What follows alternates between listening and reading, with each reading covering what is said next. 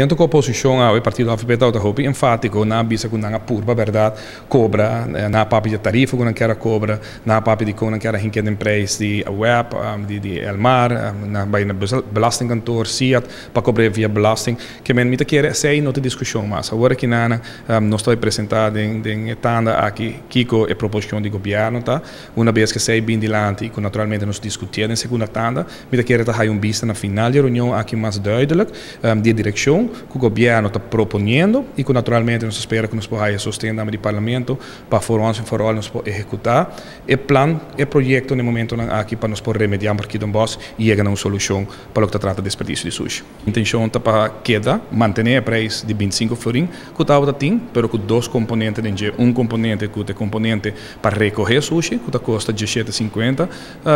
tem a calculação que tem e 7,50 está para o que está manejo de desperdício de sushi. E também a proposição que também no momento aqui está para o quadro de eliminar vai a minha cintura dump ilegal na que tem tudo onde com nuco do mundo e no momento aqui para sua renda não que paga essa aqui na dump nós que eliminar a tarifa por completo na dump e suma similar que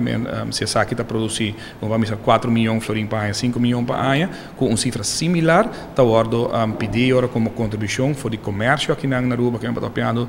de quase 20 mil 18 19 mil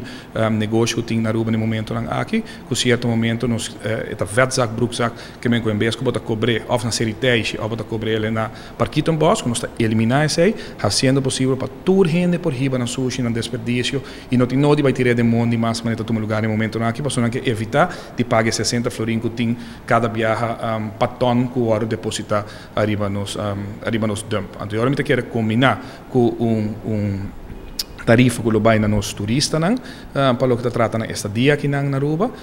e essa aí também nós também três dilante agora aqui que combinação é nós está logra a meta final que nós podemos remediar para aqui também que nós podemos incinerator no futuro caminha com a mesma suma aqui de placa que está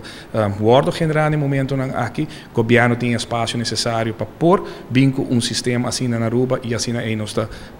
eliminar o problema de parquito boss e de dois nós está procurar para ter tecnologia duradouro, processo duradouro para atender com o sushi no futuro. Essa aqui é Arubiano, o website